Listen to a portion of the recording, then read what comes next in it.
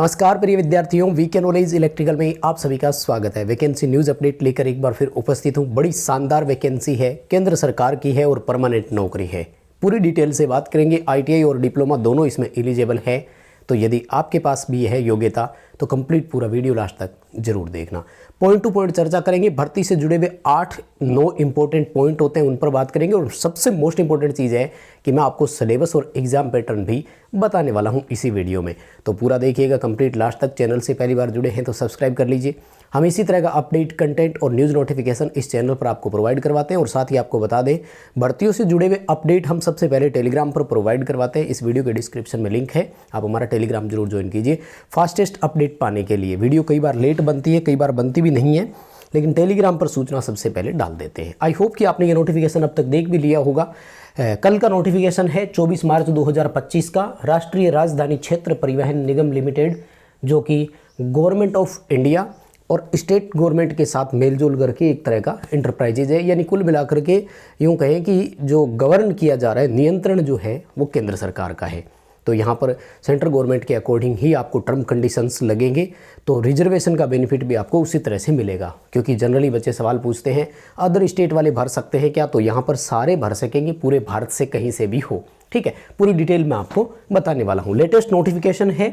Vacancy 2021 में भी आई थी, आपको पता हो तो। इलेक्ट्रिशियन वालों का वो पुराना पेपर भी हमारे चैनल पे है, एनसीईआरटी से आप पूरा पेपर, ओल्ड पेपर वीके नॉलेज सर्च करना, आपको वो पेपर भी मिल जाएगा। इलेक्ट्रिशियन वालों की मैं बात कर रहा हूँ।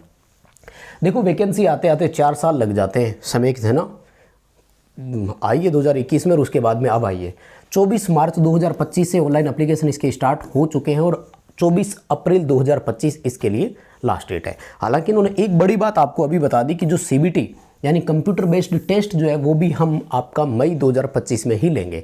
बहुत ही अच्छी बात है। जो बच्चे इलेक्ट्रिशियन वाले जुड़े हुए हैं उनके हिसाब से मैं बता दूं, अभी मई में आपका नवोदय विद्यालय समिति का पेपर होना है, मई में इसका भी पेपर होना है और दोनों का सिलेबस सेम है। मैं डिटेल से भी बताऊंगा, लेकिन फिर भी आप अभी से तैयार हो जाइए, अपने माइंड सेट को प्रिपेयर कर लीजिए, क्योंकि जो तैयारी आप कर रहे हैं ना वही तैयारी आपको वहाँ भी काम आ जाएगी। फटाफट से पहले पदों की संख्या और वो बता देता हूँ। जूनियर इंजीनियर इलेक्ट्रिकल की टोटल 16 सीटें हैं my dear. Junior engineer electronics वालों की टोटल 16 सीटें हैं यहाँ पर। ठीक है ना। पे स्केल 22,800 वाला रहेगा, यानी पहली बेसिक जो है वो 22,800 आपकी रहेगी। ठीक है ना। और लेवल 5 में आपको रखेंगे। जूनियर इंजीनियर मैकेनिकल वालों की केवल 3 ही सीटें हैं। जूनियर इंजीनियर सिविल की केवल 1 सीट है और उसके बाद में प्रोग्राम एसोसिएट और वो आ गए। अब आते हैं आईटीआई वालों पर, जो कि मोस्टली हमारे साथ जुड़े हुए बच्चे हैं, इस डिप्लोमा वालों का और आईटीआई वालों का। तो जूनियर मेंटेनर इलेक्ट्रिकल नाम से पोस्ट आई है माय डियर, और आपके लिए टोटल 18 सीटें हैं इलेक्ट्रिशियन वालों की, जिसमें 18,250 का आपका बेसिक रहेगा। कितनी इसकी सैलरी बनती है उस पर भी मैं चर्चा करूंगा। 10 सीटें अनरिजर्व के लिए और बाकी ये सब रिजर्व कैटेगरी के लिए है। तो आप अपने रिजर्वेशन के हिसाब से, कोटे के हिसाब से सीटें कैलकुलेट कर सकते हैं। देखो, इस तरह के डिपार्टमेंट में इतनी सीटें ही आएगी। हम यहाँ पर 18 की जगह 180 या 1800 ये तो उम्मीद नहीं कर सकते थे।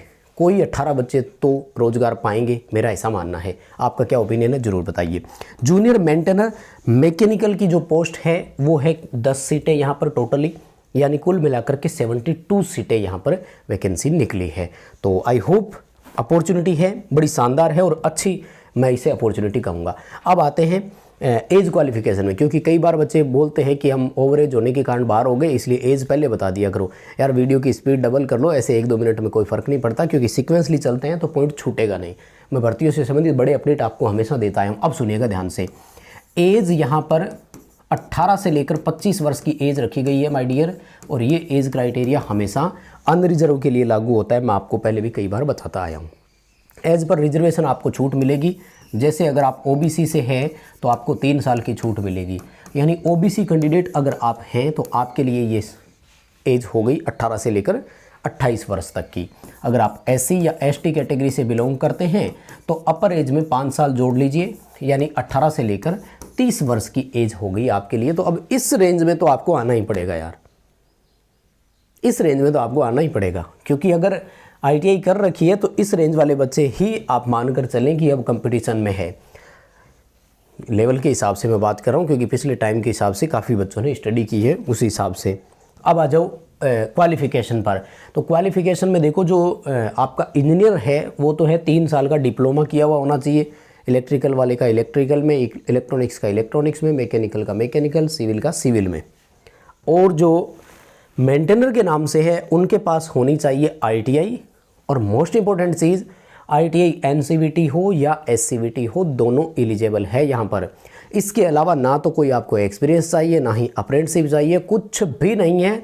एंड मोस्ट इंपॉर्टेंट चीज़ सीधी भर्ती है, केवल CBT मोड पेपर होगा और उसके बाद में आपकी डायरेक्ट ज्वाइनिंग है। कोई स्किल टेस्ट नहीं है, कोई ये नहीं है, कोई वो नहीं है। तो मैं मानता हूँ कि बहुत बढ़िया और साफ़ सुथरे तरीके से ये वैकेंसी कंप्लीट हमारी होगी, इसलिए आप इसमें हिस्सा ले सकते हैं। 18,250 रुपये बेसिक ठीक ठाक होती है, बहुत ज़्यादा तो नहीं है। 19,900, 19,200, 21,700 लगभग ITI वालों को ये मिलती है, तो बेसिक थोड़ी सी कम है, बाकी और कुछ नहीं है। और अभी 60% इसमें महंगाई भत्ता चल रहा है, तो वो भी जोड़ लीजिए। फिर भी आप ये मानकर चलें कि आज के हिसाब से भी आप है ना 32-33 हज़ार के हकदार तो हैं। 32-33 हज़ार रुपये तो फिर भी मिलेंगे। तो यार एक बेरोज़गार बच्चे के लिए इस वैकेंसी मतलब सैलरी का रोज़गार मिल जाए तो आई होप, मैं ITI वाले के हिसाब से बात कर रहा हूँ, ठीक ही होगा। बाकी आपका सेटिस्फेक्शन है भाई, आप किस वैकेंसी पर सेटिस्फाई कहाँ होते हैं। अब कुछ बड़े सवाल आएंगे कि जो अपीयरिंग वाले हैं वो भर सकते हैं क्या? नहीं भर सकते अपीयरिंग वाले। और जो कैलकुलेशन की जाएगी एज की, क्वालिफ़िकेशन की, तो ये सारी 24 मार्च 2025 के अकॉर्डिंग गणना होगी। इम्पोर्टेंट चीज़ क्या है, मैं आपको यहाँ पर और बताने वाला था कि यहाँ पर एक और पॉइंट जो था डिस्टेंस एजुकेशन का, वो था कि आपके पास हायर क्वालिफ़िकेशन नहीं होनी चाहिए। यानी ITI वाला है तो वो ITI बेस पे ही भरे, क्योंकि उनको भी इस बात की रिस्क या डर रहता है कि यार कहीं लगने के बाद, ज्वाइन करने के बाद छोड़ नहीं जाए। एज क्राइटेरिया पर बात हो चुकी है, एजुकेशनल क्वालिफ़िकेशन हो गई, सीटों की संख्या हो गई, क्या बच गया? सिलेक्शन प्रोसेस पर चले क्या? सिलेक्शन प्रोसेस आ ही गई, सिलेबस एग्ज़ाम पैटर्न वो भी बता दूंगा। फीस बहुत है यार, मुझे लगता है कि पहले फ़ीस बता देता हूँ ताकि ये चीज़ें बाद में चलती रहेगी, है ना, क्योंकि ये थोड़ा लंबा है। मेडिकल एग्जामिनेशन कोई ज़्यादा बड़ा नहीं होगा, ठीक है ना। और जो आपका प्रोबेशन पीरियड है वो 2 साल का ये भी रहेगा, PT पीरियड जैसे राजस्थान में होता है। लेकिन इंपॉर्टेंट चीज़ ये है कि यहाँ प्रोबेशन के दौरान भी आपको पूरा वेतन मिलेगा। प्रोबेशन के दौरान आपको कोई फिक्स रिन्यूमरेशन नहीं मिलने वाला है, यानी ये नहीं है कि कोई 10,000 या 12,000 रुपये सैलरी मिलेगी, नहीं, पूरा वेतन मिलेगा। जितने भी अलाउंसेज होते हैं वो सब मिलेंगे।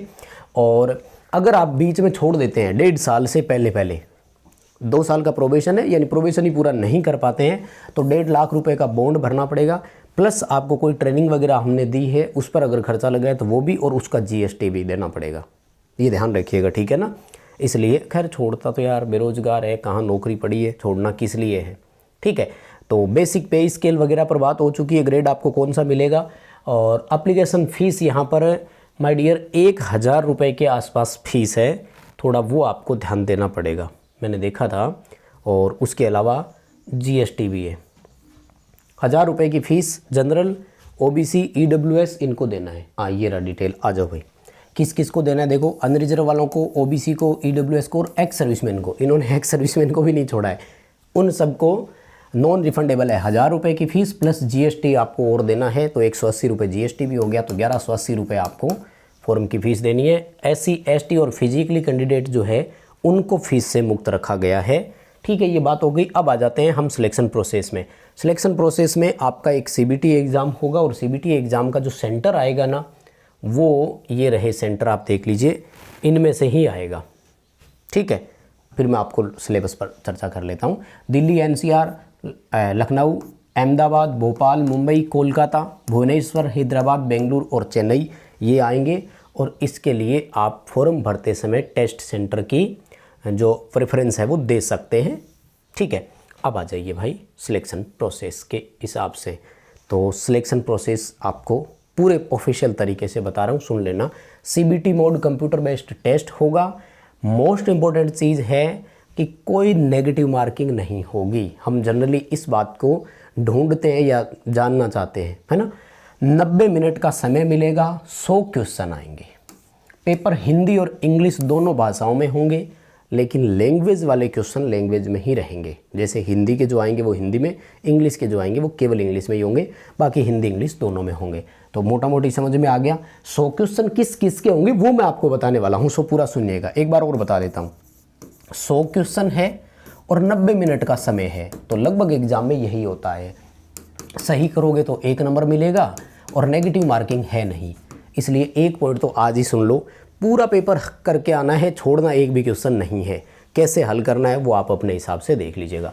अब आपको मैं बताता हूँ कि ये जो 100 क्वेश्चन आएंगे इसमें 2 पार्ट रहेंगे और वो कैसे कैसे, तो चलो ले चलता हूँ आपको। तो माय डियर, ये है ऑफिशियल सिलेबस। वैसे तो ये पिछली भर्ती के अकॉर्डिंग 2021 के अकॉर्डिंग है और 2021 में ITI वालों की जो वैकेंसी थी उसको नाम टेक्नीशियन दिया गया था और अब की बार जो नाम दिया है वो मेंटेनर नाम दिया है। वैसे कोई फ़र्क नहीं पड़ेगा क्योंकि ग्रेड वगैरह दोनों का उस टाइम भी सेम था, अब भी वही है। तो मैं आपको बता देता हूँ, वैसे इन्होंने कहा है कि अब अलग से हम लोग और जारी करेंगे तो इस बार हो सकता है कि आपको अलग से भी देखने को मिल जाए। तो देखो यहाँ पर क्या होगा मैं आपको बता दूँ, इन सब के लिए, मेंटेनर के लिए और जो आपके प्रोग्रामिंग एसोसिएट, मेंटेनेंस एसोसिएट और जो आपके, हाँ इनका देखो पिछली बार मेंटेनेंस एसोसिएट नाम रखा था और टेक्नीशियन नाम रखा था, उसकी जगह आपकी बार जूनियर इंजीनियर कर दिया। और यानी ITI, डिप्लोमा और BSc जो क्वालिफिकेशन बेस पे फॉर्म भरेंगे ना, उन सब का सेम टू सेम रहने वाला है। क्या बदलाव है, एक तो ये देख लो, 100 क्वेश्चन आएंगे, ठीक है ना, और 2 सेक्शन रहेंगे, ठीक है ना, 50-50 क्वेश्चन होंगे दोनों में। और पिछली बार 1/3 नेगेटिव मार्किंग थी, लेकिन इस बार ये नहीं होगी, ये इन्होंने इस बार क्लियरली मेंशन कर दिया है, नेगेटिव मार्किंग नहीं। यानी आपका जो एग्ज़ाम होगा उसमें 2 सेक्शन रहेंगे, सेक्शन A और B, ठीक है। हालांकि इसका अब इस बार वाला जो आएगा तो उस पर मैं आपको अलग से जो है वो डिटेल दे दूंगा, लेकिन अभी तक आप इसी को ही मानकर चलें क्योंकि उसी क्वालिफिकेशन बेस पर है। हालांकि पदनाम चेंज जरूर हुआ इस बार। तो सेक्शन A जो है वो पूरी तरह से नॉन टेक्निकल का है, इसमें 50 क्वेश्चन आएंगे, और सेक्शन B पूरी तरह से टेक्निकल का है, इसमें 50 क्वेश्चन आएंगे। यानी 50 MCQ यहाँ होंगे और 50 MCQ यहाँ होंगे। अच्छी बात यह है कि दोनों के लिए टाइम का कोई बाइफर्गेशन नहीं है, आपको 1 से लेकर 100 तक कंटिन्यू क्वेश्चन मिलेंगे, इनको आप अटेंड कर सकते हैं किसी भी समय में, यानी यूटिलाइज करना चाहो तो। यहाँ देखो क्या आएगा, जनरल एप्टीट्यूड आएगा जिसमें GK GA दोनों आएंगे, जनरल नॉलेज और जनरल अवेयरनेस, सामान्य ज्ञान और सामान्य जागरूकता दोनों रहेंगे। उसके बाद में सामान्य विज्ञान आएगी, मैथ आएगी, लॉजिकल एबिलिटी एंड रीजनिंग आएगा, हिंदी और इंग्लिश और कंप्यूटर अवेयरनेस, यानी सब कुछ ही डाल दिया। अब इस तैयारी के हिसाब से देखो, जो बच्चे मध्य प्रदेश लाइनमैन की तैयारी कर रहे थे यही सिलेबस है, जो बच्चे नवोदय विद्यालय समिति में इलेक्ट्रीशियन की तैयारी कर रहे थे यही सिलेबस है, जो बच्चे बिहार PCL की तैयारी कर रहे हैं लगभग यही सिलेबस है, कहीं कोई बदलाव नहीं है। यानी एक ही तैयारी से, हाँ इतना बड़ा सिलेबस डाल दिया, मान सकते हैं। कुछ बच्चों के नीचे कमेंट आएंगे कि कौन सा हमें IAS लगा रहे हो, लेकिन अब नियम तो नियम है, इन्होंने कर दिया, पेपर में ये देंगे तो हमें उसको एक्सेप्ट करना ही है। तो ये है सिनेरियो, इसके हिसाब से आप एक बार प्रिपरेशन कर लीजिएगा। लेटेस्ट अपडेटेड सिलेबस अगर आएगा तो उस पर हम आपको अपडेट जो है वो टेलीग्राम पर दे देंगे। इस वीडियो के डिस्क्रिप्शन में लिंक दिया गया है, हमारा ऐप डाउनलोड कीजिए। एप्लीकेशन पर आपके टेक्निकल नॉलेज से संबंधित फ्री टेस्ट भी अवेलेबल है, आप उनको अटेंड कर सकते हैं। प्लीज़ इस वीडियो को लाइक करें यार, बहुत मेहनत लगती है और आपके अप्रिसिएशन की हमें ज़रूरत भी है। हो सके तो अपने दोस्तों तक शेयर कीजिएगा और चैनल को भी सब्सक्राइब जरूर करना। बहुत धन्यवाद।